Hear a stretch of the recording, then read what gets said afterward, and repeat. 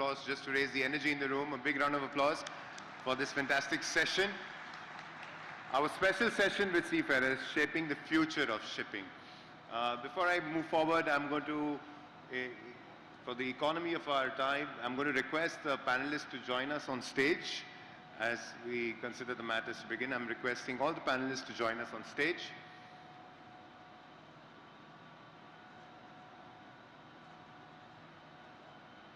An Indian seafarer plays a pivotal role in the global maritime industry. Their expertise, skills, and dedication contribute to the smooth functioning of shipping operations worldwide. Their commitment to maintaining the integrity of maritime trade routes and the timely delivery of goods is a crucial component of the industry's success. The government is committed to supporting the growth and well-being of the seafarers. The government has launched a number of initiatives to promote gender diversity in the maritime industry, improve training and skill development programs for seafarers, and enhance the safety and well-being of seafarers on board ships.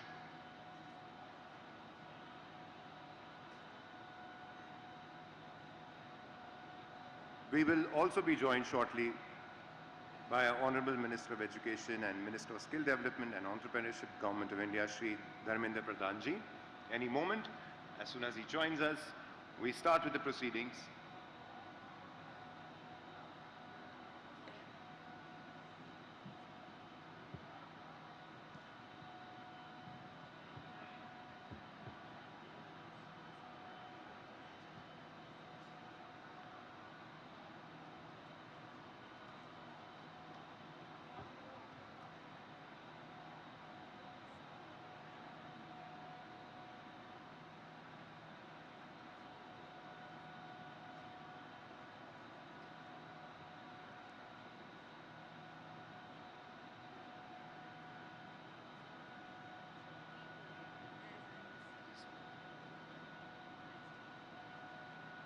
In the meantime, I'd like to welcome the members of the dais for this fantastic session.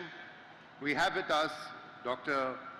Syed Asif Altaf Chaudhary, Global Wellbeing Program Coordinator, ITF.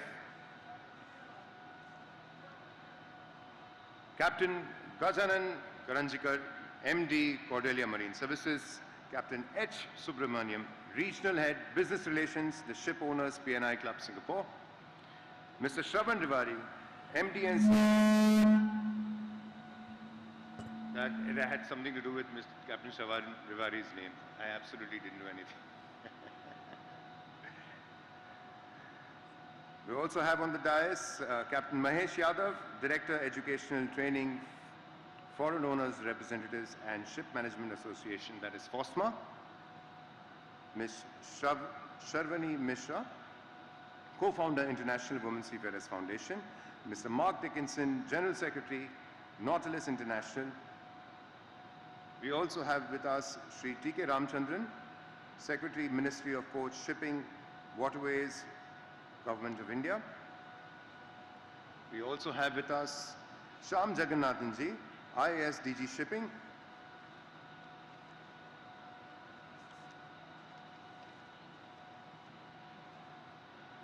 And our convener, Captain Binesh Kumar Tyagi, Chairman, MD, SCI, Shipping Corporation of India, Mr. Ashish Sinha, Deputy DG Shipping, and our moderator, Captain Daniel J. Joseph, Deputy Director General Shipping, Ministry of PSW. As soon as we have the Minister with us, we'll start with the proceedings.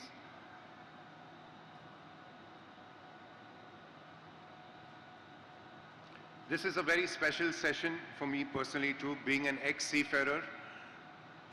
I must tell you a story that I sailed between 1999 to 2004. In 1999, I was part of Captain Shravan Rivari's Institute, ARI. And then I had participated in a pageant called Mr. India. And during that pageant, Priyanka Chopra was one of my judges. And she asked me, you're from the Merchant Navy, what are you doing here? I said, I just participated in a pageant, why can't I participate? She said, okay, what did you learn from the Merchant Navy?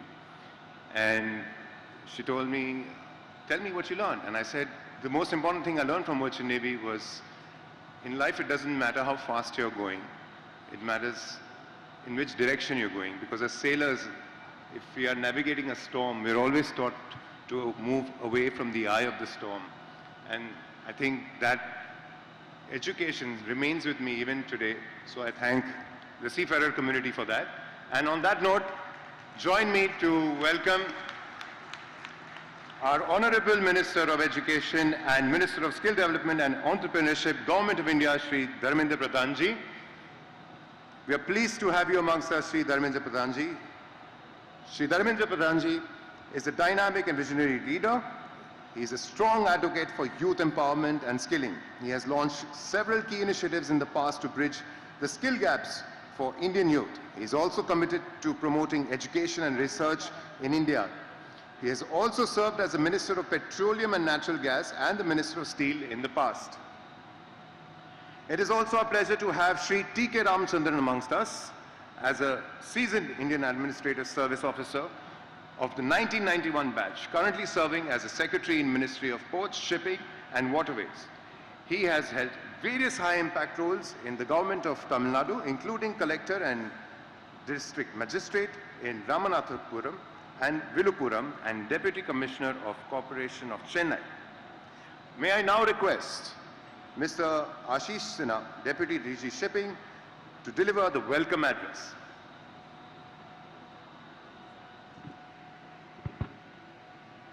Ladies and gentlemen, good afternoon to all of you.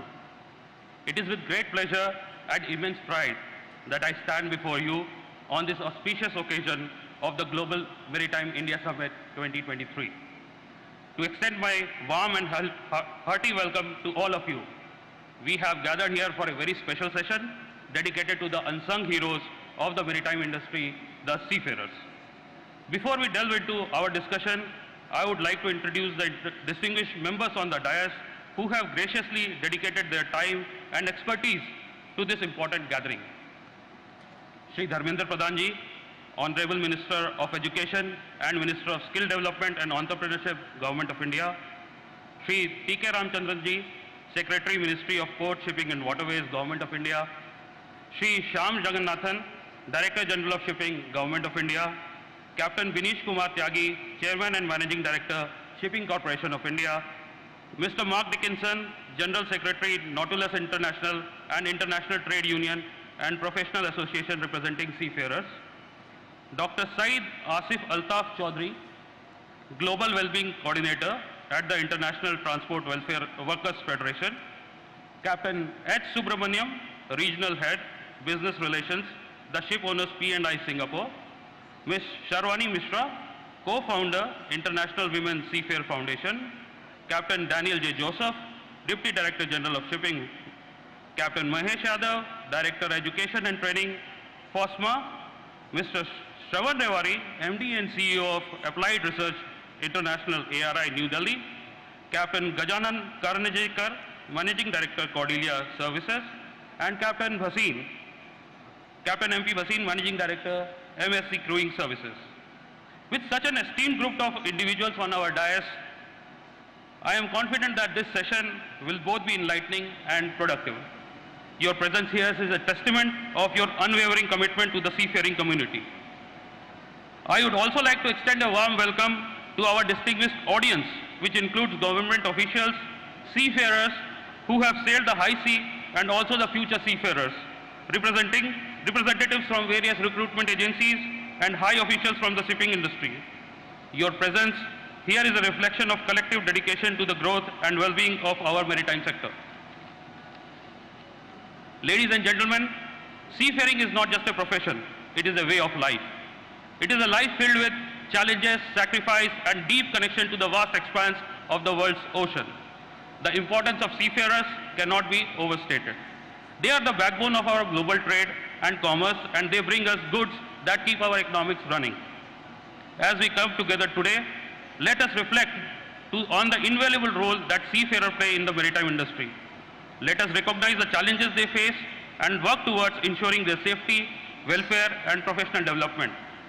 One of the pressing issues is mental health in the maritime industry. The mental well-being of our seafarer is vital, not only for their safety, but also for the safety of the vessel as well as for the ocean. We must provide support and raise awareness and work together to address the mental health challenges faced by our seafarers. Further, inclusion of women seafarers is also a challenge. As of now, there are 270,000 seafarers in India. Out of them, only 4,000 women seafarers are there, which accounts to 1.5%. Inclusion of women seafarers is not a matter of gender equity, but also leveraging the vast potential and talent that has far been underrepresented. Our goal is to ensure that this industry welcomes and supports women at all levels, from training to leadership position. I invite all of you to share your insights and collaborate to find innovative solutions that will benefit seafarers and our maritime community as a whole. Once again, I extend a heartfelt welcome to each one of you.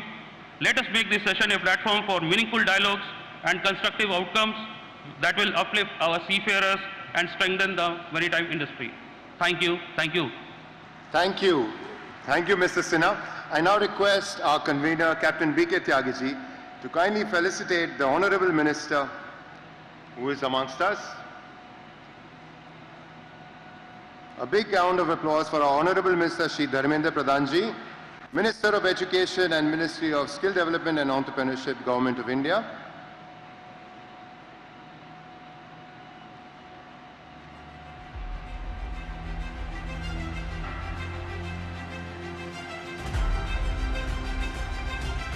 A big round of applause for this culturally significant moment.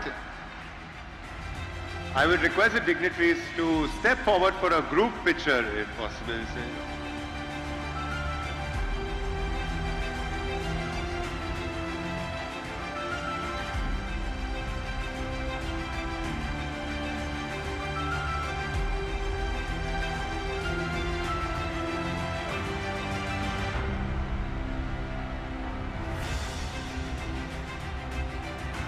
Come on, give this fantastic panel a round of applause. A special session of the Seafarers, shaping the future of shipping. Thank you very much. Thank you very much. I request to take your seats. And I now request our Honorable Minister of Education and Minister of Skill Development and Entrepreneurship, Government of India, Shri Dharmendra Pradhanji, to share his thoughts with us.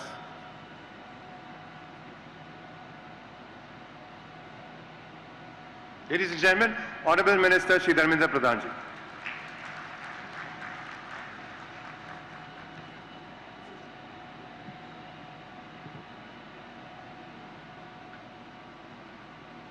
Good afternoon, friends. Captain Binesh Kumar Tyagi, Chairman and Managing Director, Shipping Corporation of India, Sri Shyam Jagannathan ji, Director General Shipping, Mr. Mark Dixon, Captain Mahesh Yadav, Mr. Shravan Rewari, Madam Shravani Mishra, Captain Gajanan Karanjikar, Captain H. Subramaniam, Dr. Syed Asif Altaf Chaudhary, Mr. Ashish Sinha, Captain M.P. Wasin, all dignitaries, officials, industry leaders, friends from the media, ladies and gentlemen, Namaste. I am happy to be here at this Global Maritime India Summit 2023, which is organized by Ministry of Shipping and Waterways. After 6 years, physically, colleague told me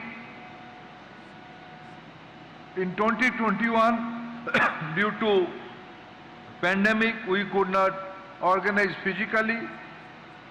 We organized it online. In this summit, maritime professional industry stalwarts, maritime service provider, and all the dignitaries from different parts of the world are here. The maritime industry is supported by millions of seafarers who serve on cruise and cargo ships worldwide. I am deeply aware of the professional challenges the seafarers face while rendering their services. Though designated as key workers, seafarers are the unsung heroes of the global economy. They play an important role in maintaining the global supply chain, as most of the global trade moves through the sea. They are instrumental in facilitating trade, supporting tourism, safeguarding nations' waters and interests, and contributing to the national development. Friends, today India is the bright spot in the global economy. Despite global economic slowdown, the geopolitical tensions, India has emerged as the fifth largest economy in the world. The macroeconomics, the fundamentals of the macroeconomics, the Indian economy are strong. The efforts have been directed to maintain growth while stabilizing the inflation. In a couple of years, India will grow to become the third largest economy in the world. India continues to thrive on the pillars of democracy, demography, and diversity. India ranks fifth in terms of global seafarers supply. Just now, on the introduction, in the context setting, it has been mentioned around 2.5 lakh seafarers are there. It consists 12% of the entire global workforce. I congratulate the organizer of this summit. In this kind of techno-economic summit, I am told for the first time, this issue of manpower, the issue of human resource, the issue of capacity building are dealt in this conference. I congratulate each member of the seafaring community for being such a formidable force.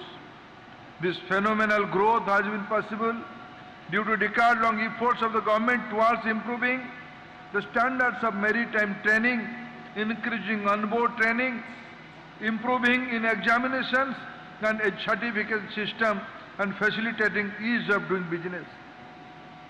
Our target, how can we acquire a higher pedestal?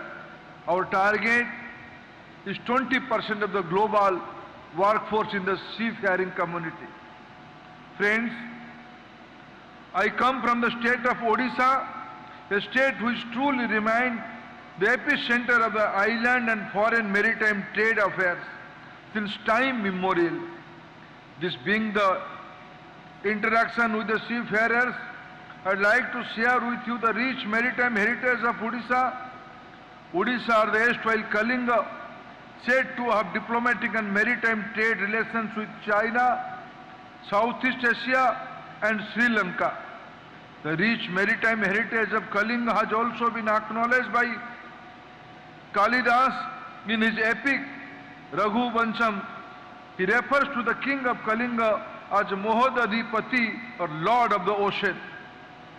Visual representation of boats with oars, boats with kings and attendants, and depiction of giraffe in the temple arts of Odisha testify to a thriving maritime tradition. Archaeologists have found evidence of trade linkage from Kalinga to as far as Rome and unearthed vesting of Odisha influence in Myanmar, in Thailand and in Indonesia. Seafaring activities of the Sadhavas, the traders, the Odia traders, by ships and the giant vessels corroborate to the thriving uses of technology and science in the shipbuilding in ancient times. Odisha had emerged as a maritime power by the 1st century CE. Such was the dominance of Odia seafarers that in ancient times the Bay of Bengal was called Kalinga Sagar, covering a coastline of 480 km in Odisha and 157 km in West Bengal, which was later renamed as the Bay of Bengal by the Britishers. You would be surprised to know that parts of the glorious tradition survive even this today. The full moon day of the month of Kartik in November around, we celebrate Akras, Odisha with the women setting sailboats made from banana stems, and Bali Yatra marks the voyage of Kalinga seafarers to the Bali in Indonesia for maritime trade. Odisha's rich maritime tradition have been appropriately highlighted by none other than Honorable Prime Minister of Bharat, Shri Narendra Modi. In 2022, the Honorable Prime Minister mentioned the Bali Yatra, a festival that commemorates the ancient maritime trade between Odisha and Southeast Asia at the G20 summit in Bali, Indonesia. He said that the Bali Yatra reflects the spirit of adventure, commerce and culture exchange that has shaped the relationship between India and Indonesia. We must cherish, celebrate and build on our strength as we lay the foundation of a new India. It's imperative that we draw inspiration from the glorious past, and our symbolic boats on Kartik Purnima needs to be actualized as loaded ships departing from ports in the east, especially Odisha. Ancient texts say that the Chilika Lake of Odisha was a hub of shipbuilding and maritime commerce during the region of the great Odia king Kharavela, who lorded over the Kalinga Sea as Samudra Deva. Friends, under the leadership of Prime Minister Narendra Modi ji, India is working to create a robust, skill-centric and industry-ready ecosystem. Our vision for making India the skill capital of the world will be realized as we enhance innovation in the areas of skilling. We are implementing the National Education Policy 2020, which envision a massive transformation in the knowledge ecosystem. We are committed to providing high quality education and skill to all. It will prepare our youth to meet the diverse national and global challenges in the present and future. Beginning with vocational exposure at early age in schools, quality skill education is being integrated smoothly into higher education. We are ensuring seamlessness mobility to students between the vocational and academic streams. To mitigate the global requirement of skilled resource and facilitation of innovation and research in the maritime sector, our government has taken a series of initiatives. Various centers of excellence catering to the maritime domain are testimony of our result.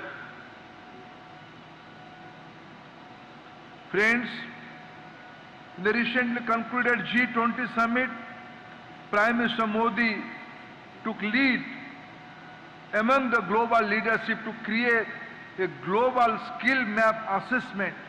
This is now the part of the document of the G20 declaration.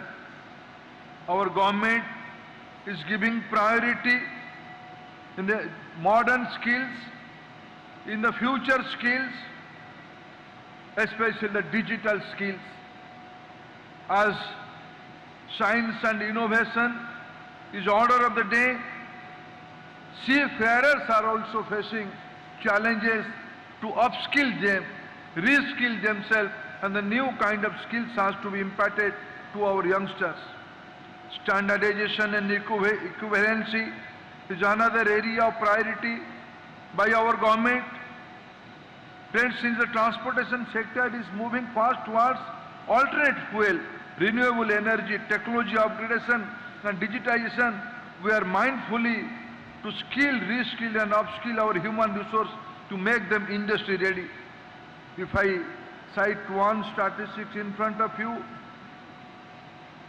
60% of our population in India are below 35 age group.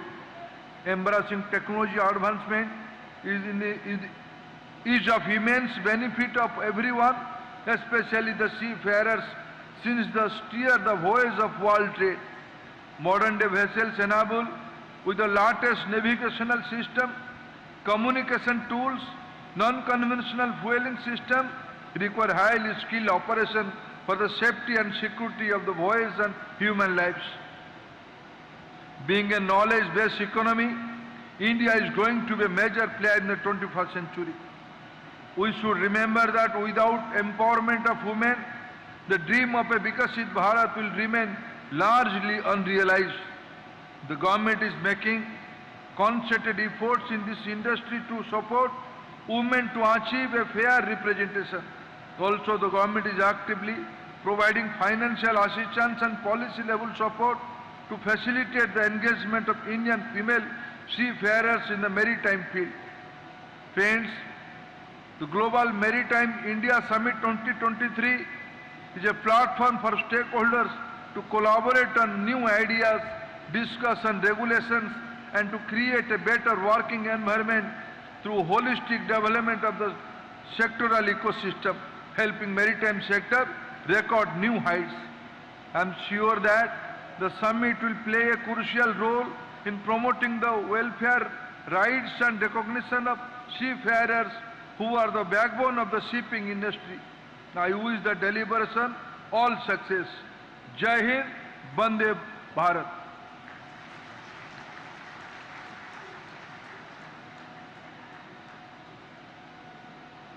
Thank you, Honorable Minister. May I now invite the session moderator, the very able Captain Daniel Joseph, to take forward the proceedings of the session.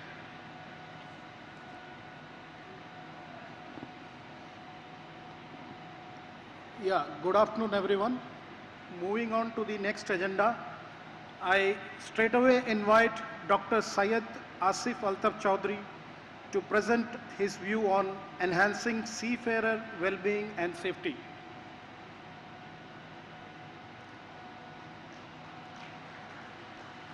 Honorable Session Chair, dignitaries, respected moderators, panelists, and all of you with us today. Good afternoon. I'm sure many of you seen the movie Mission Impossible by Tom Cruise. Talking about well-being and safety of seafarers in 5 minutes is more than Mission Impossible. I will not dare try that. Today I will share with you some of our experience of working for the seafarers' well-being and safety. When we talked about well-being, it comprises of many aspects: physical, mental, environmental, spiritual, financial, and so on. Today, I will focus mainly on mental and psychological well-being of seafarers, because we are comfortable talking about other well-being issues, but we do not talk about our mental well-being. In this room, many of us are taking medicine and pill for many diseases and health problems. I am taking anti-cholesterol every day, first thing in the morning. We do not mind talking about climate change, spirituality, talking about gym, about diet. Even we talked about money issue with our friends and colleagues. I can challenge you in this room, how many of us has ever talked about our mental well-being with any of our friends and colleagues? Even self-acknowledge that something is not right with me, I need to do something. Because there is a taboo, because there is a stigma, so there is silence. But having mental health problem does not mean I am mad or crazy. I'm happy that GMIS organizers have put well-being and safety together. As a medical and public health person working for seafarers' well-being for last 18 years in the ITF, I can tell you with confidence, when a seafarer's mental well-being is compromised, there is a big possibility he or she will lose focus and concentration and can find it difficult to take the right decision, whatever qualified and competent he or she is. All these are recipe for a catastrophe, an accident, and safety on ship. So all of us need to do something for seafarers' well-being. So we, the ITF, an umbrella organization of transport trade unions, representing 19 million workers globally, including 1 million seafarers, their well-being is of paramount importance to us as a good job and decent working condition for all seafarers. We run a well-being program mainly focusing on mental and psychological well-being with the main theme of reflect, recognize, and reach out. Our affiliate like NUSI, MUI, and FSUI all are here, conduct regular education session on this issue. Nowadays, young seafarers live on virtual reality. It is important we tell them and prepare them for the challenging and demanding job of seafaring. While working with relevant stakeholders like all of you in this session, we are trying our best to address some of the root causes of the mental health issue, like long contract, fatigue, and connectivity on board, and other issues. But some seafarers will still face and experience mental health problem while they are sailing at that time anywhere in the world. According to the Yale University, prominent, in fact, one of the best public health universities in the world, according to their study, 28% seafarers have either depression and or anxiety disorder. It's not having stress, it's having mental health condition. And 20% of seafarers have suicidal thought before the study. And we have to understand that negative vibe pass more quickly than the positive vibe. And the seafarer work together 9 months together is a long time. Our affiliate run peer support program, training program, so that they can help themselves at the same time help other seafarers on board ship. Our affiliates run education session, FSUI, MUI, and NUSI all the time to help seafarers to recognize the sign and symptom of stress early and the skill how they can manage it. It also talks about reaching out to support and service when they are too overwhelmed. You all know about NUSI Sahara, a 24/7 psychological helpline for Indian seafarers, but for their families also. We have to think about the families of seafarers. ITF has 140 ship inspectors in all major global ports. For example, an Indian seafarer is needed psychological support in Mombasa, Kenya, Panama, Antwerp, Belgium, or Sydney, Australia. Our ship inspector can support them to reach out to confidential, non-judgmental mental health service. We have to understand, many a time, seafarer is afraid to talk about his or her mental health issues with the captain or the officers or other colleagues or the ship agent in ports because of the perceived fear of blacklisting. We, the ITF, is also taking a proactive role for the future seafarers. According to the One PNI Club data, 30% of the suicide among seafarers are among cadets and trainees, both for the officers and the ratings. We are working with maritime academies, schools all over the major seafaring supplying countries to include and introduce a short module on understanding and managing stress in their curriculum. So all the future seafarers, before their first journey, before joining the ship, have some degree of knowledge and skill to manage stress.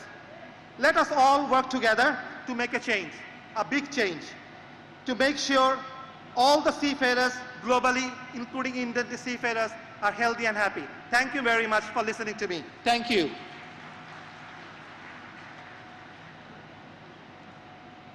Thank you, Dr. Chaudhary, for your insightful thoughts.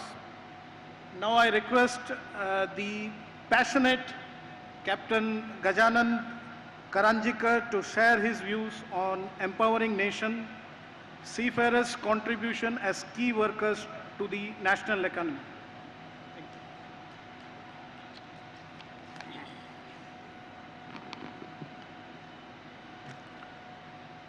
Once a seafarer, always a seafarer.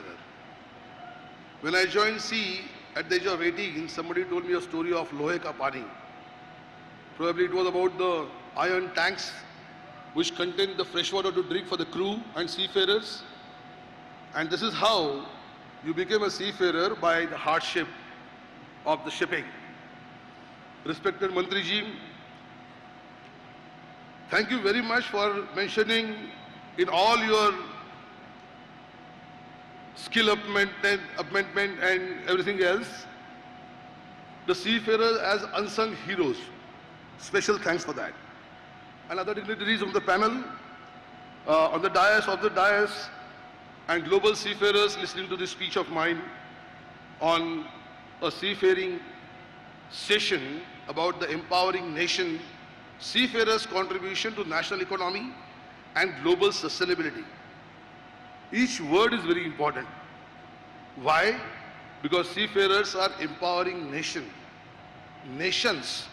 And of course in India it does happen, but we are just used to not look at it.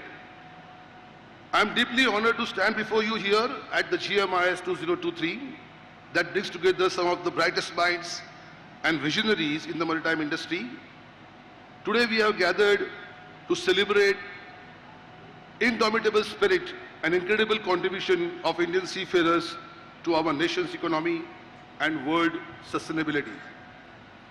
At the beginning, before I tell you as to how seafarers contribute to the national economy and global sustainability, let me thank the GMIS organizing committee, the Ministry of Ports, Shipping and Waterways, and Director General of Shipping, Shyam Jagannathan, CMD, BK Tyagi, for pursuing to hold this session.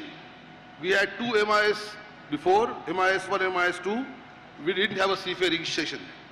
Now we have a seafaring session. Thank you very much for that, sir. We deeply appreciate your concern about seafarers. In this vast and dynamic tapestry of maritime sector, as India stands with the 7,500 kilometers of coastline, a rich maritime heritage and economic landscapes that relies heavily on the seaborne trade. Indian seafarers have been instrumental in shaping as well the destiny of our great nation, and their dedication, courage and expertise have propelled us to the forefront of global maritime leadership. You would not be able to imagine maritime industry without a seafarer. So, seafarer is the cause of 14% growth of Indian or contribution to the Indian GDP. So seafarers are at the epicenter of the maritime world today, rightly so for their contribution and dedication. We have seen that in COVID-19 time, when the entire world, all industries came to a standstill, the ports, shipping and seafarers were working. They were getting the essential things to the countries. I don't want to name the countries now, but even the medicines were supplied by the ships then.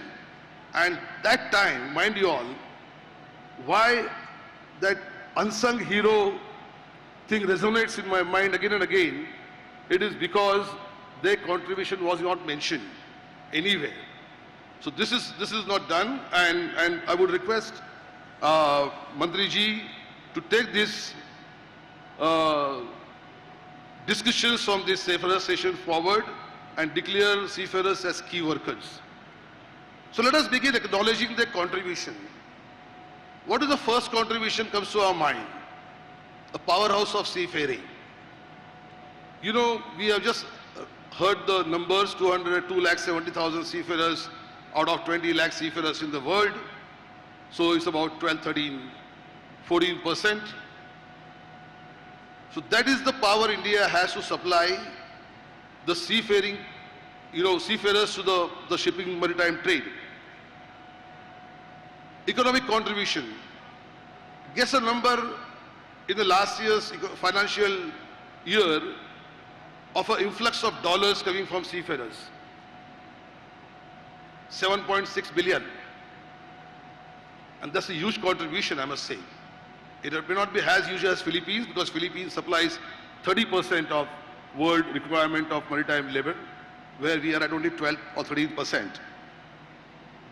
Look at the leaders in maritime. I'm sure in this hall itself there are a lot of maritime leaders sitting who have shaped companies, brought them from zero to thousands of crores of turnover, ran from 0 to 600 ships, 700 ships today.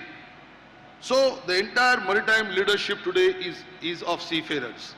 Seafarers are at the helm of maritime transportation, leading companies globally.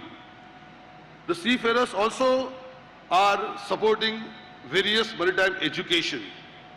We talk about skill upliftment, we talk about the future generation and taking the seafarers to the next level of technology advancement.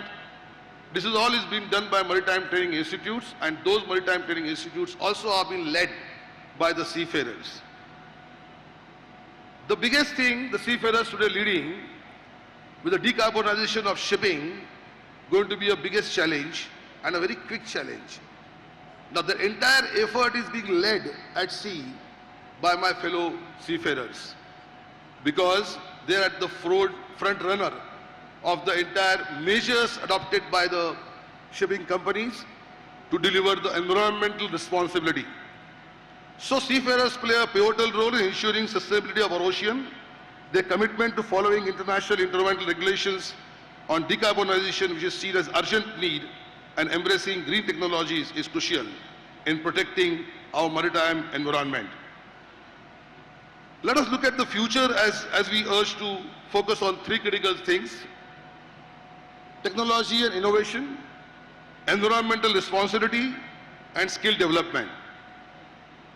We need to work deliberately on this to have our seafarers ready to take on the challenges. Very importantly so, because I believe in the next GMIS session, we should have a whole day dedicated to seafaring and understanding the entire seafarer's life. And that will be a really maritime event. So, having said this, I would really thank the organizers for this session. And in conclusion, I would like to say the Indian seafarers are not just guardians of our nation's economic interest, but also stewards of our planet's oceans. They are the livelihood of maritime industry and also the lifeblood of maritime industry, ensuring that it remains a force for good in our world. Let us celebrate their achievements, as you would see in the later part of the session with some awards. So let us celebrate their achievements and continue to empower them to lead the way towards the more sustainable and prosperous future. Thank you very much. May our seafarers continue to sail towards a new horizon, shaping the brighter tomorrow for India and for the world. Thank you. Jai Hind, Jai Navik. Thank you.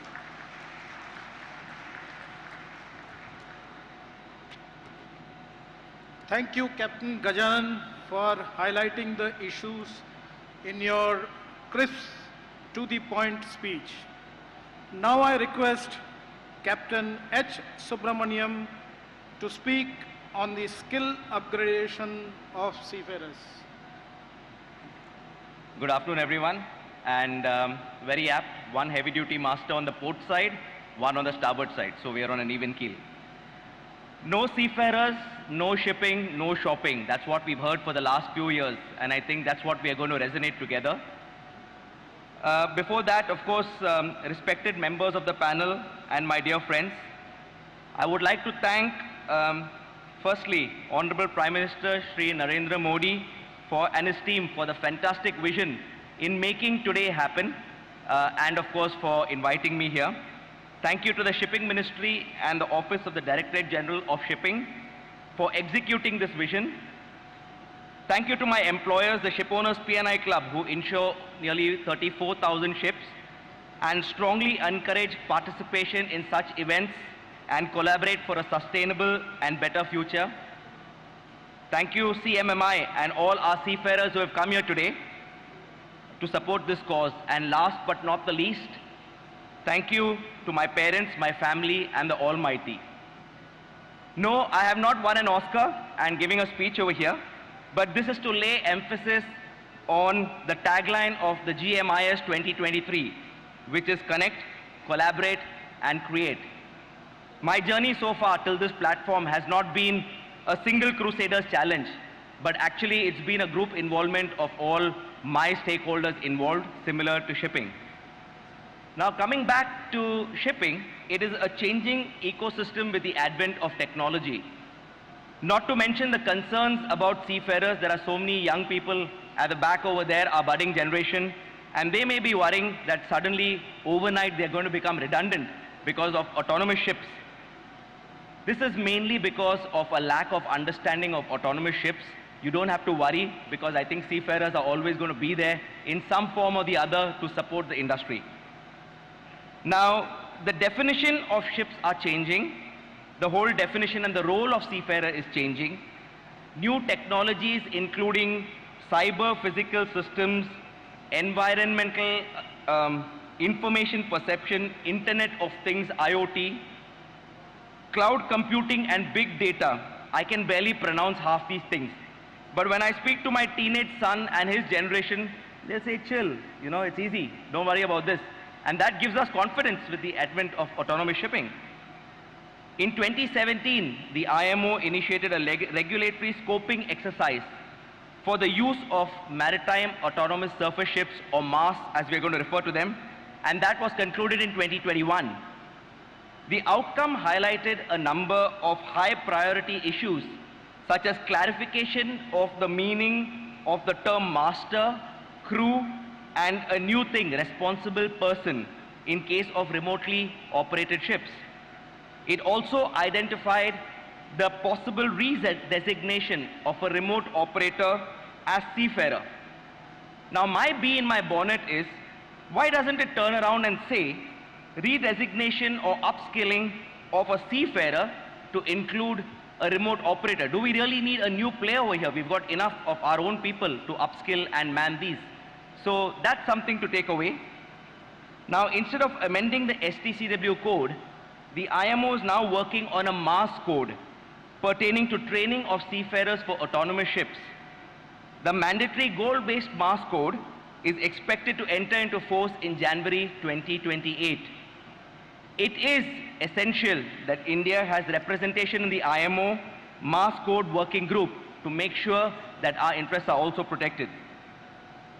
Now, coming back to training, unfortunately, we always wait for the IMO to start putting things in place before taking things forward. And my question to all of us is why? What are we waiting for? There are many autonomous ships in the world already trading with some amount of seafarers on board. Surely there's enough data for us to start the process of upskilling. We really don't have to wait for it to all be finalized before we commence. Skill upgrading should start now if Indian seafarers want to stay ahead of the curve. Professional bodies like CMMI, IMEI, MSC, Global Met, etc. also have the resources and expertise to conduct such internal scoping exercises for India. My humble request is to the ministry, we are at your disposal, sir. Please engage with us. Now let's talk about soft skills. That's the technical bits. For seafarers, I feel we should create a path whereby formal leadership training is made available for them during their journey as they come up to master and chief engineer. Maybe not feasible, there is a cost, maybe not feasible for all seafarers, but definitely there can be a mechanism to identify the potential people who are going to lead the future, and then they can do further studies such as reputed management courses, law degrees, and groom to become the key influencers and decision makers of the future. Having seafarers at the helm will ensure the maritime industry will remain the core industry and not simply become an ancillary function of an IT company. Yes, there are some management courses available in the market, but unfortunately, they are beyond reach because currently the Indian Master Mariner license is not even recognized by Indian universities as an equivalent to do further studies. In the newer people coming out, it is possible with DNS, etc. But there are a lot of seafarers in their 30s and 40s, like how Honorable Minister said so. And that's a huge talent chunk. If we can get them to do further studies in the right place, then they will be placed very strategically to make sure our industry's interests are protected. I am aware that other countries have started removing this hurdle. I've got a few more industry issues to address, if I may. Engagement and contribution of the fraternity in policy making is essential. I work closely with the Ministry of Port Authority Singapore, and they've got a successful model where a lot of people from the industry form working groups, the safety working groups of different types of ships. And they are actually an added resource for the ministry, and they help with safety factors and policy challenges. Even here, we've got a lot of professional bodies. I've said again, CMMI, IMEI, AMISI, Global Met, Nautical Institute, shipping associations, FOSMA, INSA, MASA. There is a huge amount of expertise, and we can come together and provide consultative advice to the Maritime Administration on these matters. One voice, again, the tagline, collaborate, connect, and create. Unemployment. The unchecked churning out of cadets from some local training institutes without any commitment of placing on board. It is heart-wrenching. I receive a lot of messages from cadets from poor families who have paid substantial amounts of money to conduct their training, and then they are not placed on board. It is not a nice sight to see, and this has to stop. I must say, it doesn't make India look good in the international community if this persists. The next topic, IMO Goodwill Ambassadors. A lot of countries have this. Why not from India?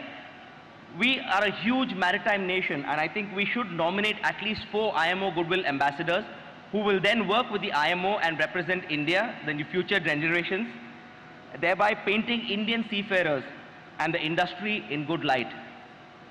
It took a long time to change the foreigners' perception of India from just a cricketing nation to a global superpower under the leadership of Honorable Prime Minister Shri Narendra Modi.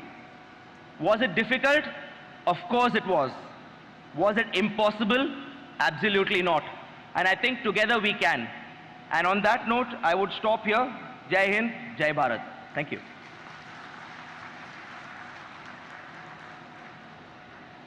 Thank you, Captain Subramaniam, for sharing your valuable thoughts. Now I request the next speaker, Shri Shravan Revari, to share his views on technological advancement in the maritime sector.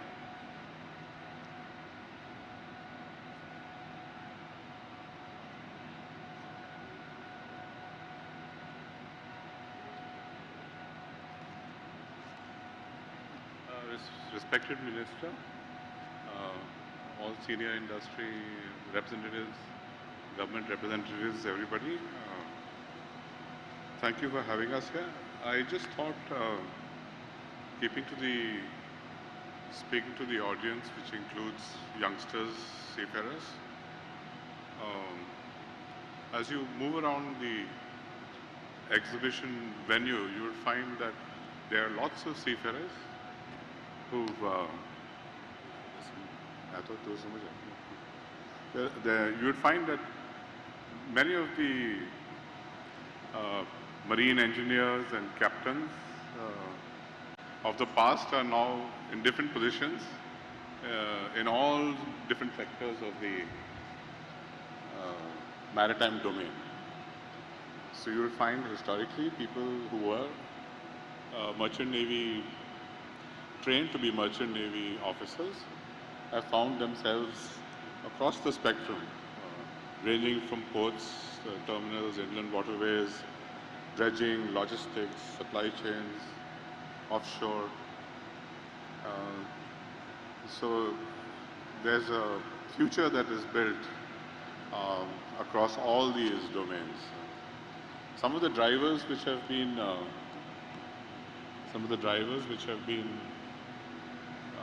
I would say more recent are some keywords that people have talked about. That's the IoT, Internet of Things, the way things are connected. The world is connected. The blue economy drivers, ESG and ESG plus. So just to give you a reflection of it, as you move around, you will see these.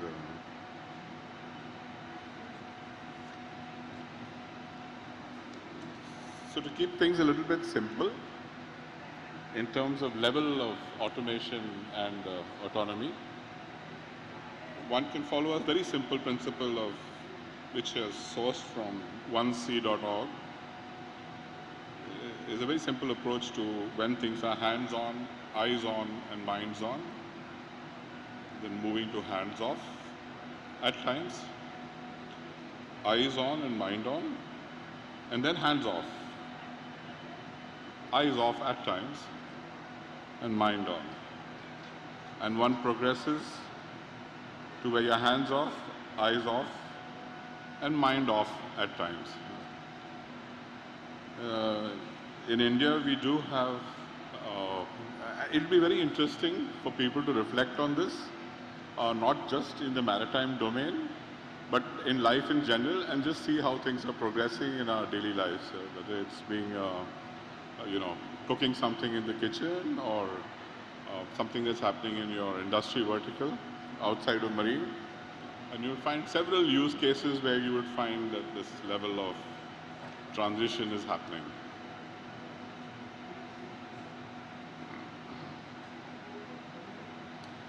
Just taking a few points from an earlier note. STCW, I mean, if you just focus once again on the T, the letter T, which is training, and W, which is watchkeeping, where is the education in this entire loop? So fundamentally, the title itself, training and for watchkeeping, is something that I think as an industry we could look at, relook at, of what the needs are as we go forward. What are the actual requirements, not just in terms of skill gaps, but in terms of the education part of it.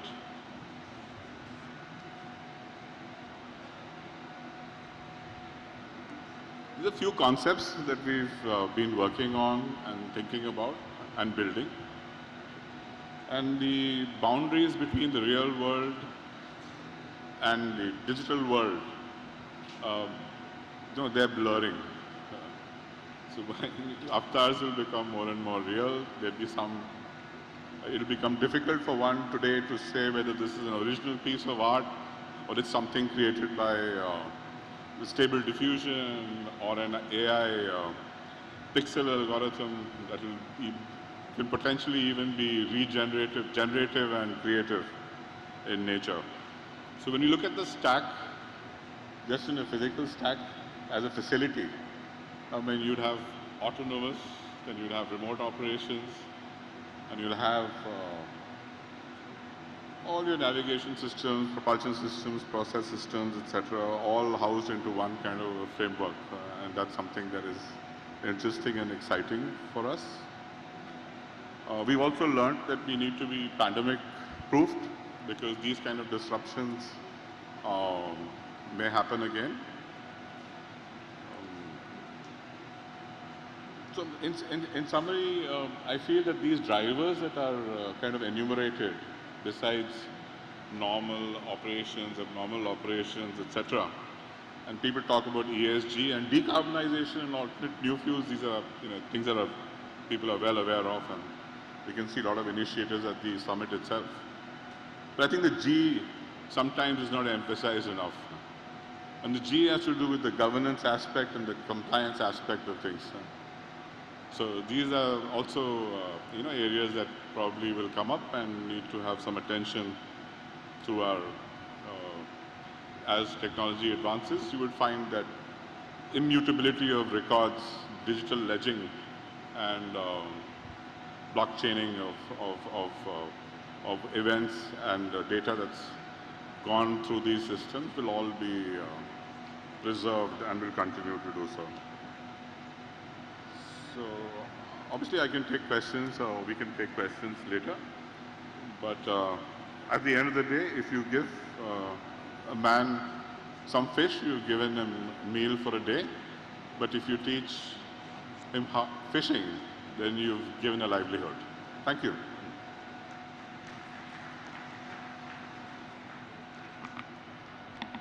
Thank you, Sri Riwariji, for your speech. Now I invite Captain Mahesh Yadav to share his thoughts on Maritime India Vision 2030, accelerating the growth of Indian seafarers in the international market. Thank you. Thank you. Honorable Minister Sir, dignitaries on the dais, distinguished delegates, fellow seafarers and cadets. The number of Indian seafarers, both officers and crew, have shown a remarkable increase in the last 10 years. And if you see the figures from 1.08 lakhs in the year 2013 to around 2.65 lakhs in the year 2023, which represents about 12% of the global seafarers count. It has shown an year-on-year growth of about 10%. This has been achieved by the continued support and efforts of the ship management and shipping companies, the training institutes, and the maritime administration over the years. However, with the Maritime Vision 2030, as was stated earlier, setting a target of 20% share of the global seafarers, that amounts to about 400,000 Indian seafarers, all stakeholders need to jointly accelerate this pattern by encouraging the growth and removing any of the hurdles that may be encountered. For example, marketing of Indian seafarers, quantity and quality in international forums and to foreign employers, as well as showcasing the talented Indian seafarers in events like this to the global audience. To facilitate this growth by simplifying processes without compromising on quality in consultation with all the stakeholders and implementing growth-oriented measures. Encourage shipping and ship management companies by awarding the best performers on an yearly basis based on the growth on year-to-year basis in large, medium and small categories. The annual output capacity of our maritime training institutes has also increased multifold over the years. But the placement of the trainees has not increased in that proportion, leading to a very high percentage of unemployment rate amongst the trainees, particularly the general purpose ratings. There is a requirement from the Directorate General of Shipping for enhancement of capacity of the existing institutes as well as for setting up new institutes to show projected placements through tie-up or sponsorships from the shipping or ship management companies. However, this has rarely been followed up or monitored closely after the initial approval is granted, with about 79 pre-sea training institutes spread all over the country. Item number 3, awareness of the maritime profession, integrating maritime studies in the school curriculum. And what a better occasion to propose this while the Minister of Education himself is present amongst us. The quality of seafarers largely depend on the quality of input. Unfortunately, the awareness of this profession is negligible. The out of sight, out of mind phrase perfectly applies to the ships and seafarers. If we look at the ratio of applicants versus the seats available is almost less than 5:1, indicating clearly that there is an opportunity to improve. If we need to improve the quality of seafarers, this needs to be increased to at least 50:1. To achieve this, it is important that maritime studies forms an integral part of the secondary education, even if it is on elective basis. This will broaden the visibility of the profession and awareness of the important sector and the youth to take advantage of an industry that accounts for 90% of the global trade share. The maritime employment opportunities are not just limited to seafaring alone. Curriculum should be set to include all aspects of maritime sector, from shipbuilding to logistics to international trade and ship recycling, highlighting the environmental protection and advantages of blue economy. And finally, just to highlight, eliminating the enemy within.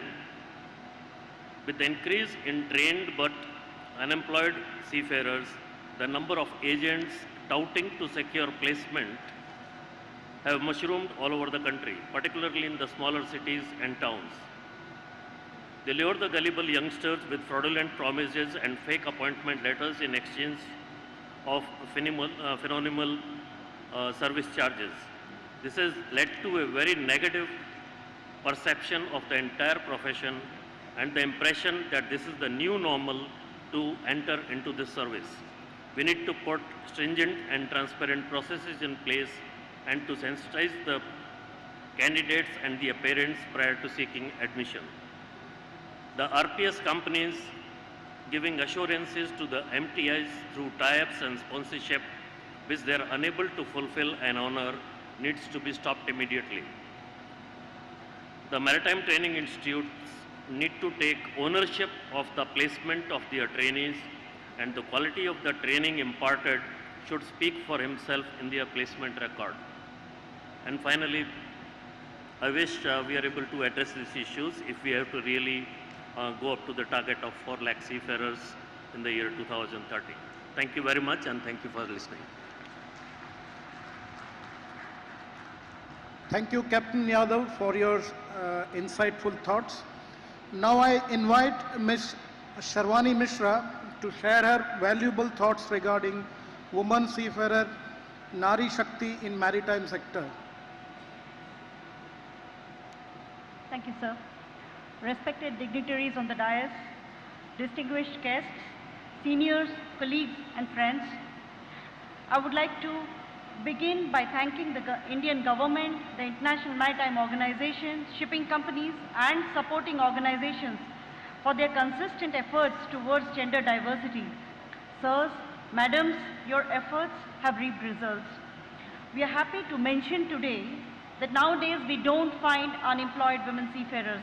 I could not have said this 3 years ago, but now things have changed on the ground level.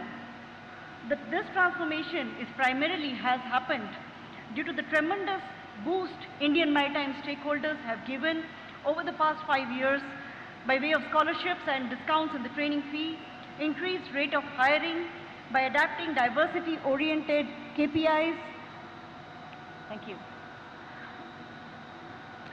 By adapting diversity-oriented KPIs, taking tough decisions in favor of retention of women sailors against all odds, and most importantly, by way of policy changes driven by the Director General of Shipping in the form of policy guidelines for conducive work atmosphere for women seafarers on board. This is Notice 7 of 2019.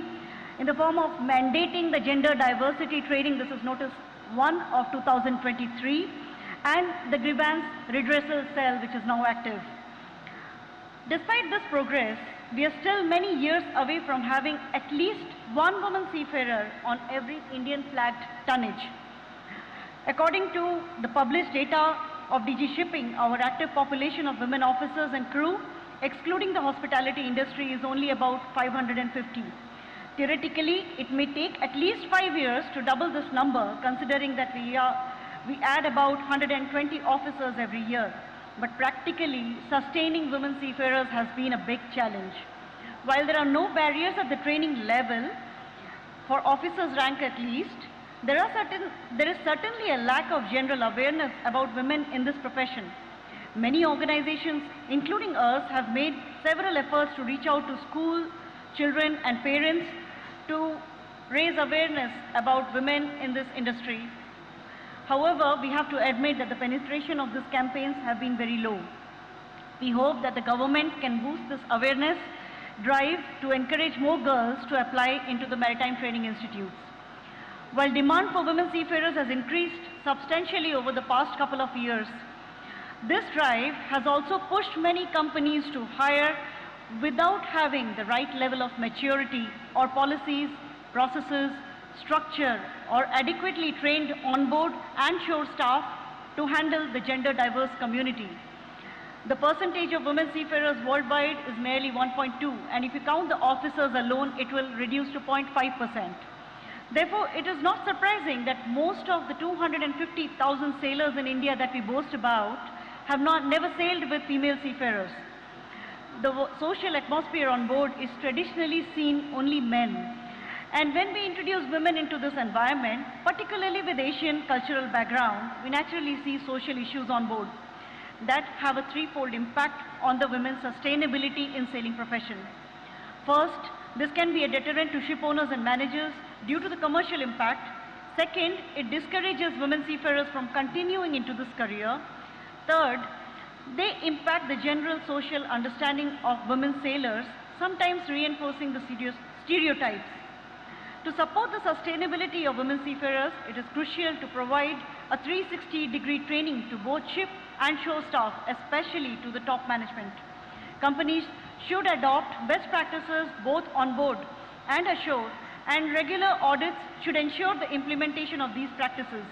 It is essential to note that several RPSL companies do not have fully functional and responsive internal complaints committee yet, and even those that do often fail to respond within the stipulated timeframes. By including such matters in the audit purview, we can help improve the system. I would like to touch upon the coastal shipping.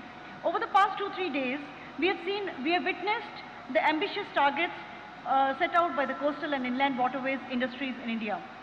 We would like to request the industry and the government to kindly look into increasing women seafarer participation in these segments.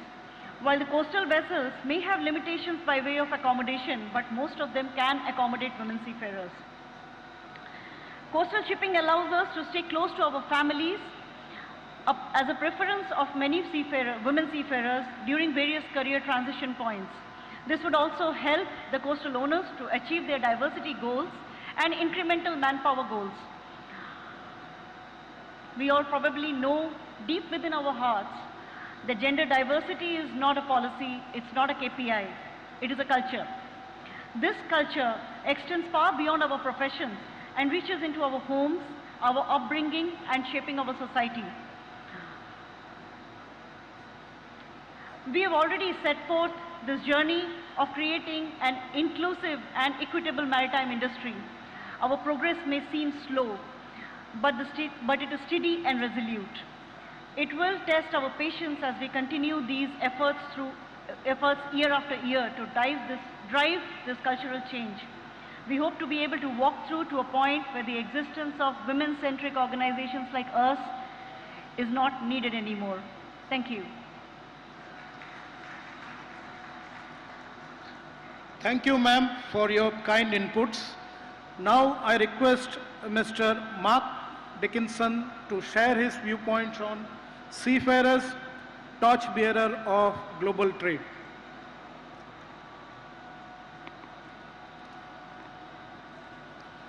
Thank you. It's a great privilege to be here to join you at this third Global Maritime India Summit, a first for me and a real privilege. I'd like to thank the organizing committee. I'd like to express my thanks to the Director General of Shipping and to the Honourable Minister for the kind invitation to speak with you today. I fear, though, that actually I'm only here to deputise for the great Stephen Cotton from the International Transport Workers Federation, because I think he was unavailable, so I'm the deputy for Stephen. So it would be remiss of me if I didn't extend his best wishes to all of you for a fantastic event. Now, I've been given the challenge of speaking to the proposition that seafarers are the torchbearers of global trade. Now, I think that is a very appropriate reference to their leadership, the leadership of seafarers, as the enablers and the facilitators of global trade. Now, we have all become accustomed to the statistic that shipping and seafarers carry 90% of everything that we need to sustain life. Several other speakers have mentioned that already. At the ITF, we say, seafarers move our world. Indian seafarers, as we've also heard from one of our speakers, play a vital role, not just, incidentally, working on foreign ships for foreign owners, but here in India, in the national fleet, and in the coastal shipping sector, really important to the economic prosperity of this great country. Now, if seafarers are torchbearers, we need to be careful that this is just another this is not just another empty platitude. Over the past 3 years, the ITF has collected over £120 million in wages stolen from seafarers. Too many seafarers, and sadly, amongst them, some Indian seafarers, are abandoned by their ship owners, left to the ITF and its network of inspectors to repatriate and resolve all the issues related to that abandonment. Clearly, some ship owners, and maybe even some flag states, don't see seafarers as torchbearers. For the best part of my 40 years or more in this industry, platitudes are something we're not short of. And the experience of seafarers during COVID-19 and the actions of many governments, too many governments, demonstrated how little they understood about the role of the shipping industry and the maritime professionals who sustain it, the torchbearers, the key workers, the seafarers. Is there a change coming? Do I have some good news? Do I have the answer? Well, I don't know, but I think there's some hope. I think there's hope that COVID-19 has shown us how unsustainable the status quo truly is. Something has to change. The leaders of the United Nations, and in particular the International Labour Organization, I think they think so, and they've been calling for a new social contract for all workers. What I believe is clear is that workers deserve and need a fairer share from the proceeds of their labour. And that's as true for maritime workers as it is for any other worker. Perhaps even more so, given that without seafarers, there is no shipping and there is no shopping.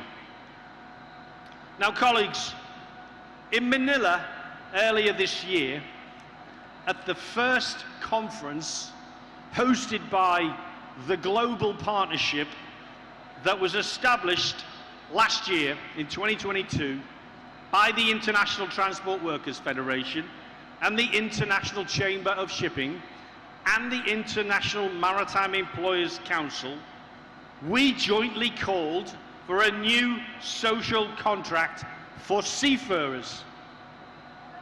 Why? Because we need to address a growing problem of recruiting and retaining seafarers. Now, this is particularly important as the industry also faces the twin challenges of technological and environmental change.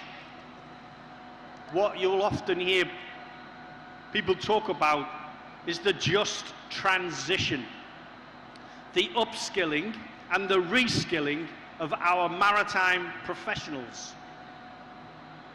Now, colleagues, when we talk about employment and social conditions, in shipping, we have the ILO Maritime Labour Convention, often referred to as the Seafarers' Bill of Rights. Now, it's a unique instrument, and it's a consolidation of 69 maritime conventions and recommendations, some of them originally adopted over 100 years ago. The MLC represents the international minimum standard for the employment of the world's 1.6 million seafarers. Now, the MLC has already been amended 4 times since it entered into force 10 years ago, with the most recent changes due to enter into force in December in 2024. The convention has been ratified by 104 countries, including India, and now covers 96% of the world fleet by gross tonnage. Now, the MLC was conceived both as a level playing field for good ship owners and a passport for a journey towards continuous improvement. Now that's important because that's what's in it for the seafarers. Not to live on minimum standards, but to have an expectation of continuous improvement in those standards towards decent work for all seafarers. Now, that's the good news, but the bad news is that even with the amendments, we still have much, much more to do to make an advancement on that journey to decent work. If we believe, as ITF believes, that seafarers are indeed torchbearers of global trade, then we need a step change in the way they are viewed by society and by our politicians. We need action. Now, what kind of action do we need? Now, I've only got a few minutes and I may already have run over my time, but let me give you 4 areas where I think it's really important that we take action. The first, we've heard from other speakers, is skills. We need to prepare and plan and have a strategy for the just transition. We cannot leave any seafarers behind. Government needs to work with industry to develop national strategies to upskill and reskill seafarers, and they must find the resources to support that journey and to incentivize investment in our seafarers. Second thing, employment. We must move away from temporary voyage-based employment contracts. That's insecure employment.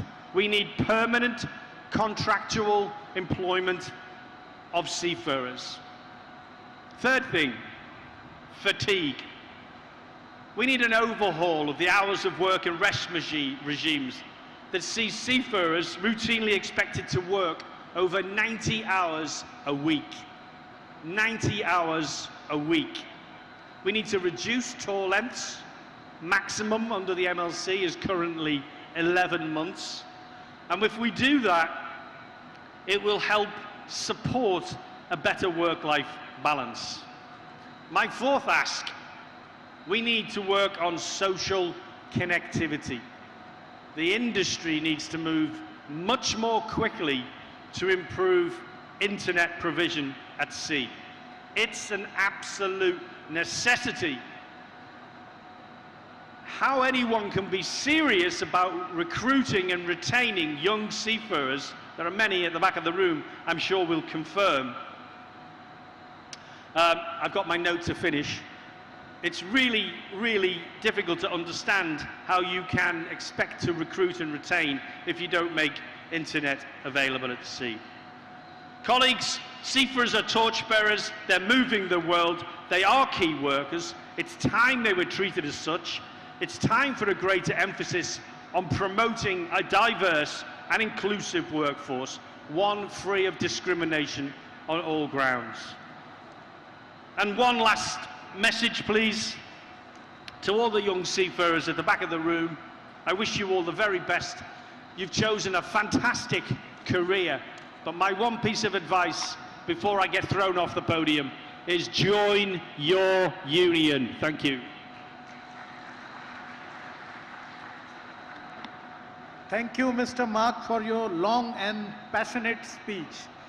Now, next, I would request and invite our Director General of Shipping, Shri Shyam Jagannathan ji, to give his thoughts.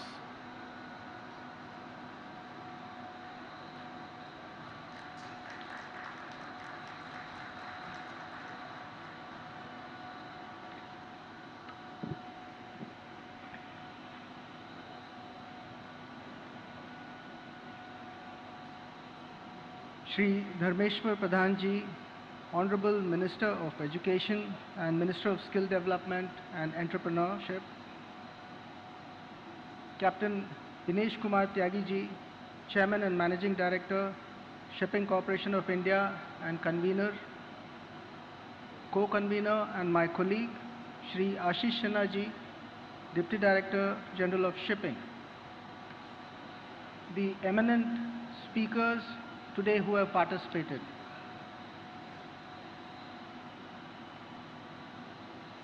My first submission is, as was rightly mentioned, this session on the seafarers is a first at the Global Maritime India Summit 2023. And in real terms, it is the heart and soul of the Global Maritime India Summit, as it deals with seafarers who truly are torchbearers for not just trade for our nation, but for the entire globe.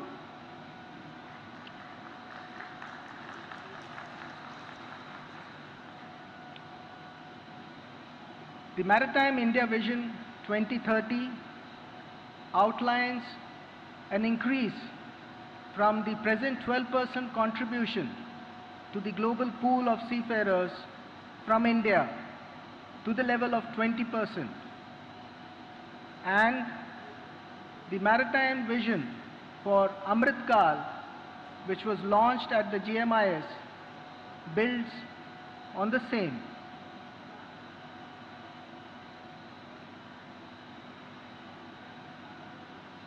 While we look at multiple aspects relating to seafarers, I shall list out what the Directorate General of Shipping is attempting to do. First, promoting more and more women seafarers with an initiative we are terming as Sagar Mein Samman.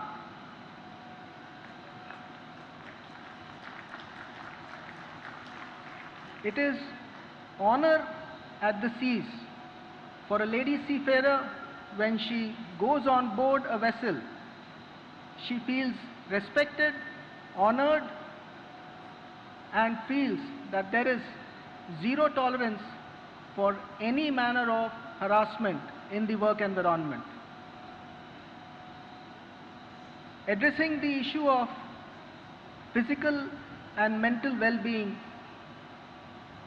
as has been furthered by our Honorable Prime Minister, Shri Narendra Modi ji, we are taking the initiative of Sagar Mein Yog.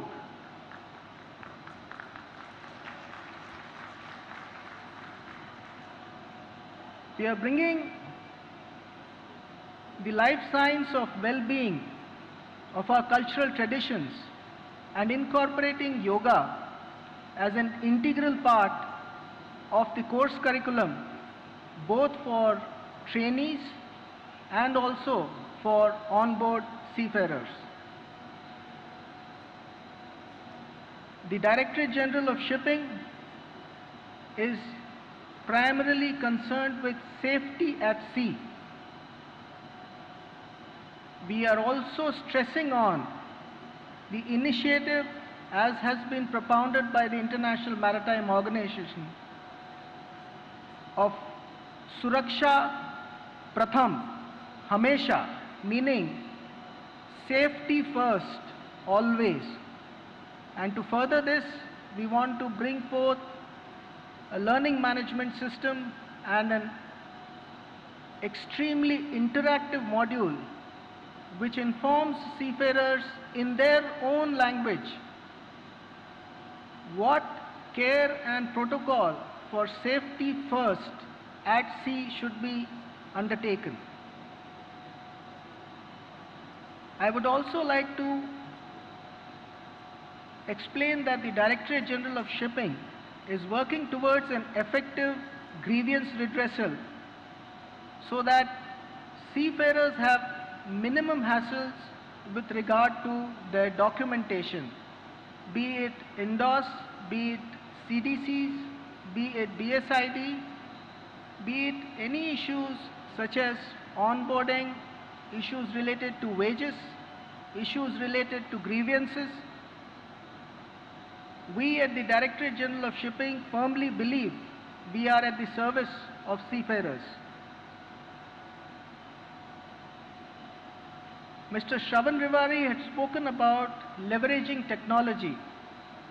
We are working towards providing an end-to-end solution where admissions at the maritime training institutes, monitoring the academic training of a seafaring cadet, addressing the exit exams and the certificate of proficiency and certificate of competency exams as per the STCW, onboarding through the RPSLs, addressing 360 degrees the spectrum of grievances, and ensuring that the DG Shipping stands together with the seafarer to ensure the seafarer's rights is a submission we wanted to make. Lastly, we would also be incorporating a psychometric evaluation to ensure that the right pool of individuals taking up this onerous profession of seafaring come forth, and there are minimal distortions as they engage themselves in their professional life. I am grateful for this opportunity, and I am thankful to the Honorable Minister for having taken so much of time and expressed very keen interest to support us and to guide us in our efforts to take the contribution to 20% of the total global pool for seafarers. I wish you all the very best and thank you for this opportunity, and thank my dear colleague Captain Tyagi ji for having very adroitly structured the seafarer session, being himself an eminent seafarer. Thank you. Thank you, sir, for your kind words and blessings. Now I request the session convener, Captain B.K. Tyagi, CMD, the Shipping Corporation of India, to give his remarks on the session.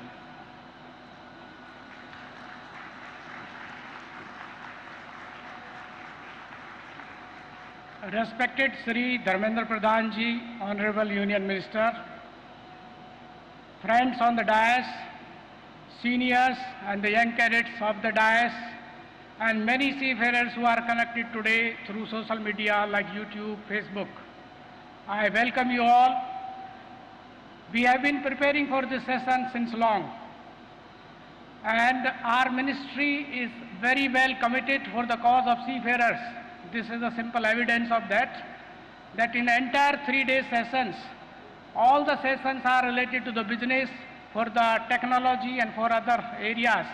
But this is the only session which is committed to the seafarer and the HR and the employees of the seafarers basically.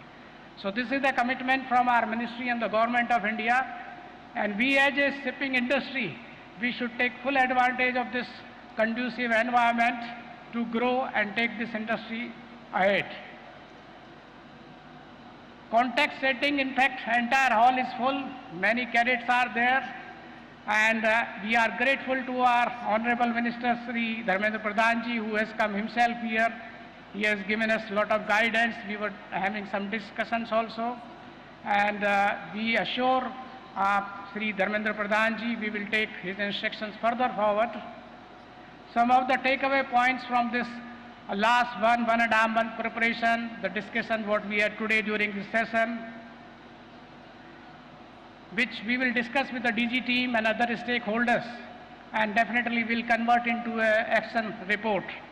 Some of the points I would like to summarize for all of us. First, there is a strong need to upgrade our seafarers. Today technology is changing, new technologies on board.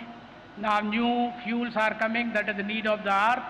So all our seafarers need to be upgraded. So this is the task for all of us as a maritime industry. Further, India today We have got only 10 to 12% seafarers contribution on the worldwide.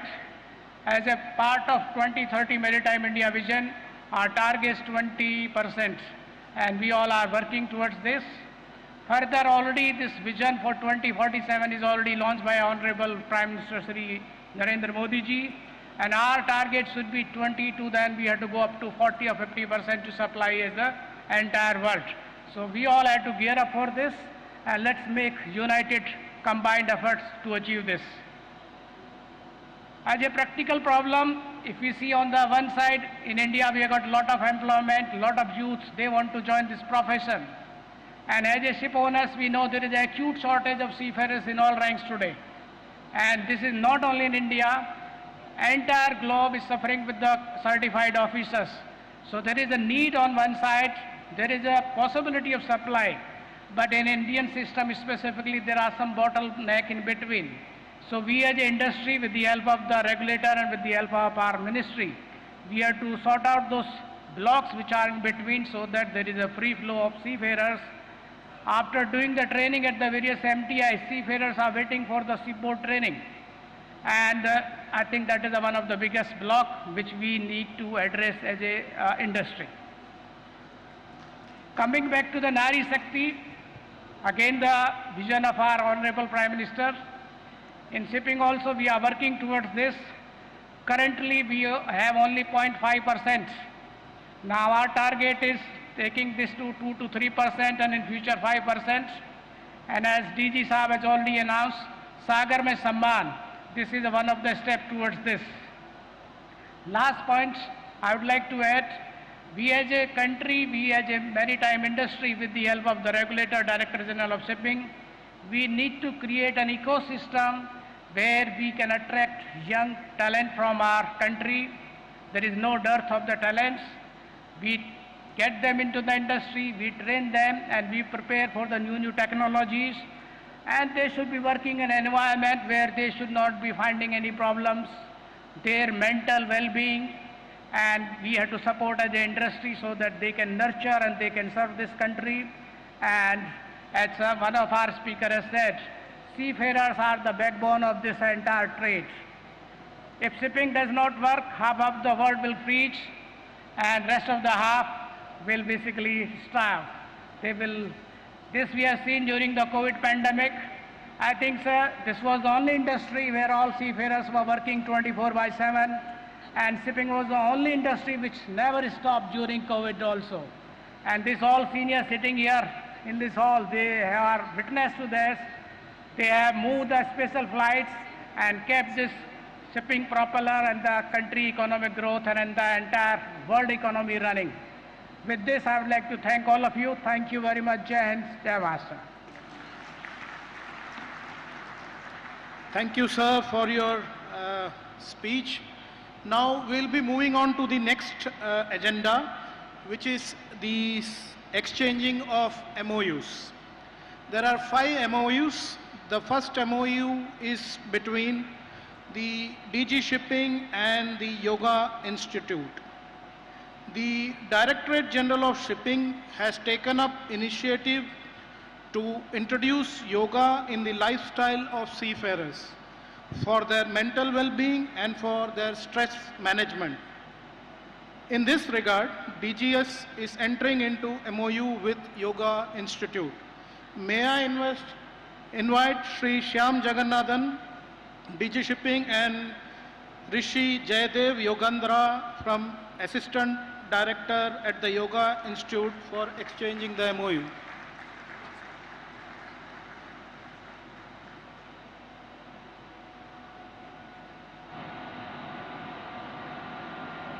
The next MOU is between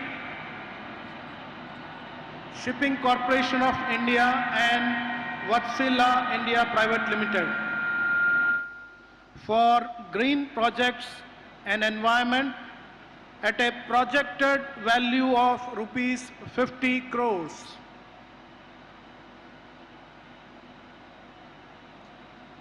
I request SCI representatives and Wärtsilä representative to come on dais and share the MOU.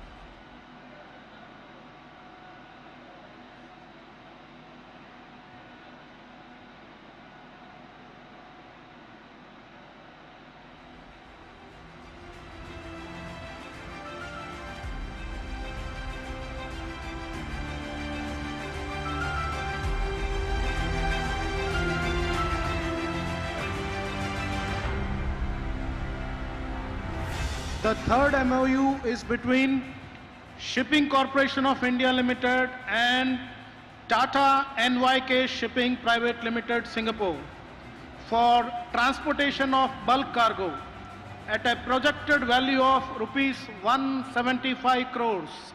May I request both parties to share the MOU?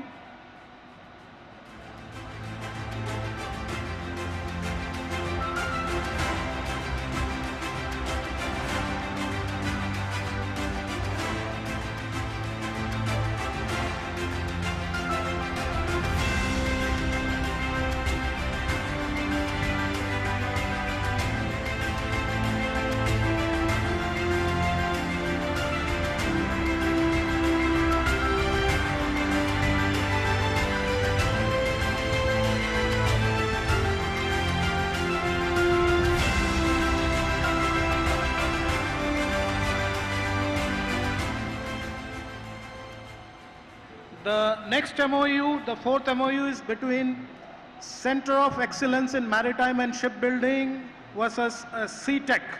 This is a knowledge sharing MOU.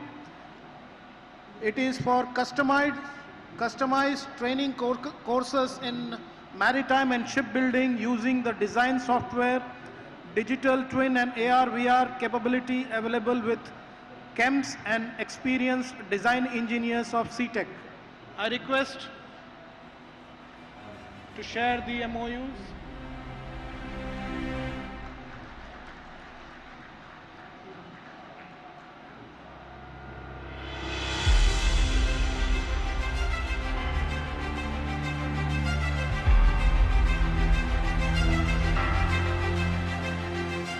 The last MOU is again between the Center of Excellence in Maritime and Shipbuilding and the second party is Cyant Limited. This is also a knowledge sharing and consultancy. Collaborate for optimal use of strengths of both the sides to facilitate the synergy between two parties and exchange services to facilitate quality upgradation in technologies and training programs.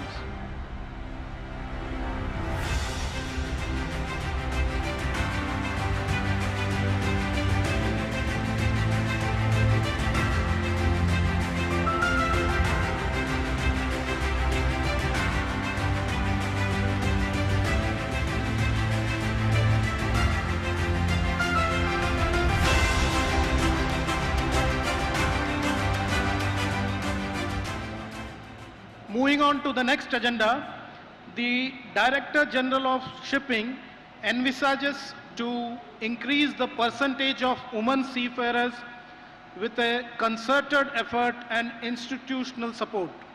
In this regard, Sagar Mein Samman, Honor at Sea, is an initiative of DG Shipping for chartering a course towards a gender-inclusive future for Indian maritime sector.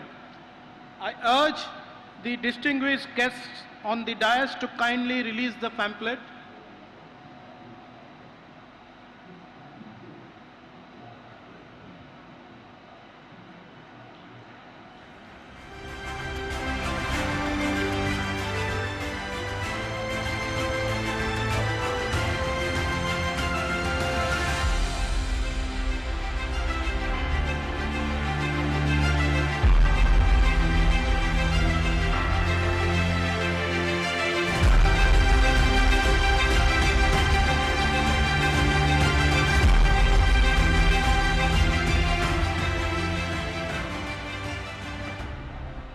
I request all the distinguished panelists to release the handbook on a guide to seafarers' rights and regulation, an initiative of DG Shipping. This book provides detailed information with respect to rights of seafarers along with do's and don'ts for a successful and safe career at sea.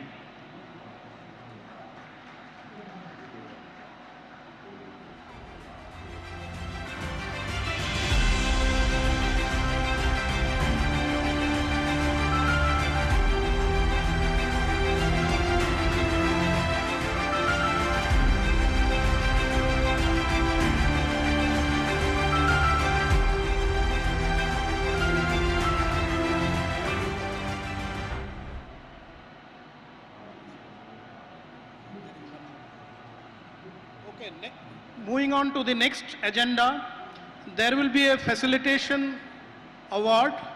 It is facilitation of Captain Anil Chaudhary. Captain Anil Chaudhary, an Indian national in command of the Japanese flagged car carrier Helios Leader, managed by NYK Ship Management, carried out a Herculean rescue of picking up 303 survivors from a disabled boat on 7th November 2022 in south of China in extreme and adverse weather condition, without the loss of a single life or injury to the survivors of the crew. The 303 survivors included 24 women and 20 children, were adrift in open sea 250 nautical miles from the nearest land without food or water for days, and the boat was on the verge of sinking due to water ingress. All the survivors were picked up by the ship's crew while Captain Anil Chaudhary maneuvered his ship for 5 hours alongside the tiny boat in a 4-meter swell and winds of Beaufort scale of around 5 to complete the operation successfully and landing them safely at Vũng Tàu in Vietnam.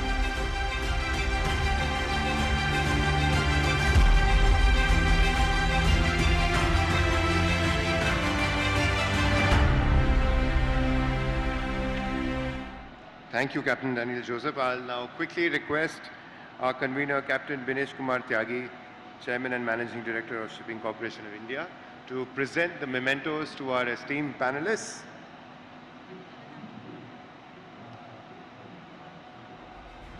B.K. Tyagi ji, can you please present the first memento to Shyam Jagannath ji, IAS DG Shipping.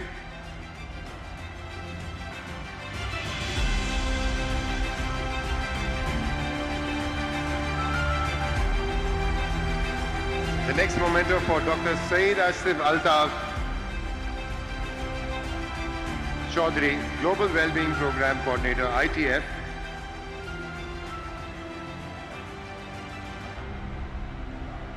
Captain Gajanan Karanjikar, MD, Cordelia Marine Services.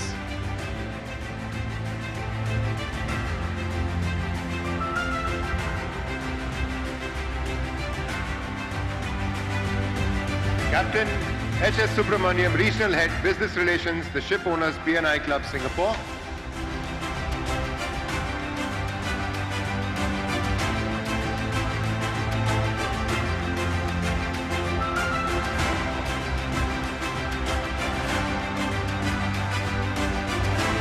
I now call upon Mr. Shravan Rivari, MD and CEO, Applied Research International, to step forward and accept his memento,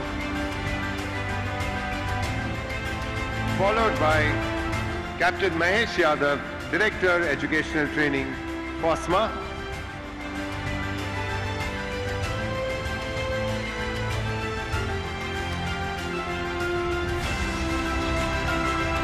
Followed by Miss Sharvani Mishra, Co-Founder, International Women Seafarers Foundation.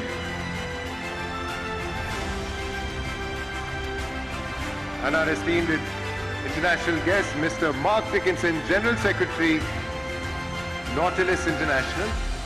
Please step forward and accept your memento.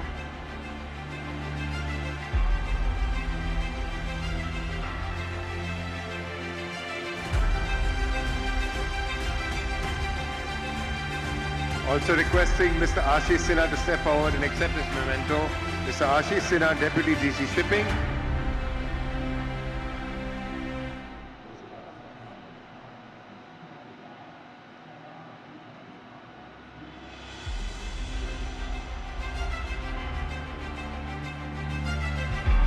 Thank you very much. I'm going to request Captain MP Bhasin, MD MSC Crewing Services, to come aboard and do the vote of thanks after he accepts his memento.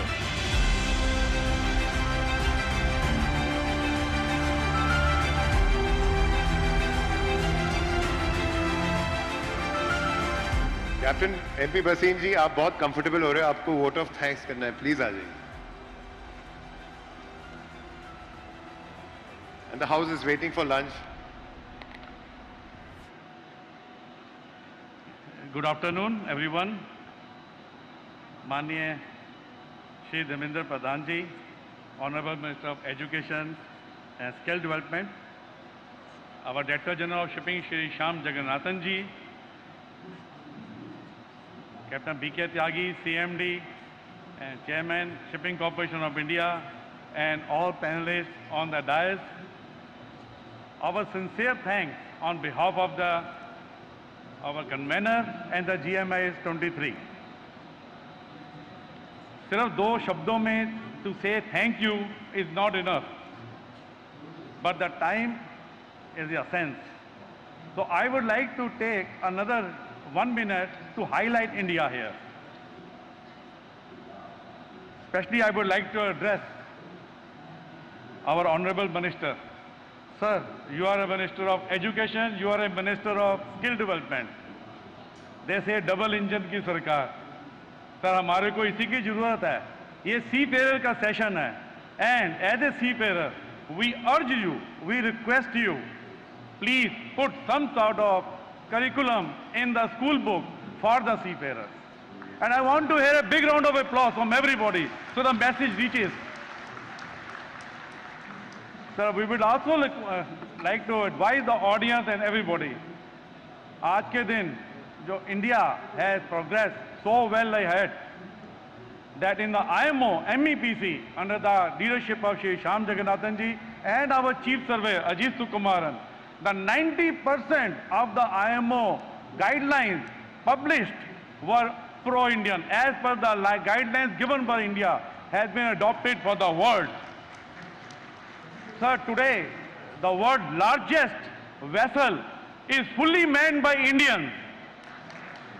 We talk about the carbon neutrality, but I would like to advise the audience and everybody, 25% of seafarers manning this ship are Indians. 30% of the crew seafarers in the world are Indians. So abhi hum sir unsung nahi rehna chahenge. They have to be brought in the picture. I will really like to thank Captain B.K. Tyagi, जिन्होंने passion के साथ pursue किया to bring this seafarer session here. Sir, we thank you and thank everybody. In the last, my thanks to all the seafarers sitting here. Without you, the world cannot move. It has been spoken. I would just like to say, anybody sees ship anywhere, just put your hand in your heart and give us the wishes. So we just need your wishes and blessings. That's all we need as a seafarer. Jai Hind, Jai Navik. Thank you, Captain M.B. Bhasin. Thank you for that passionate vote of thanks.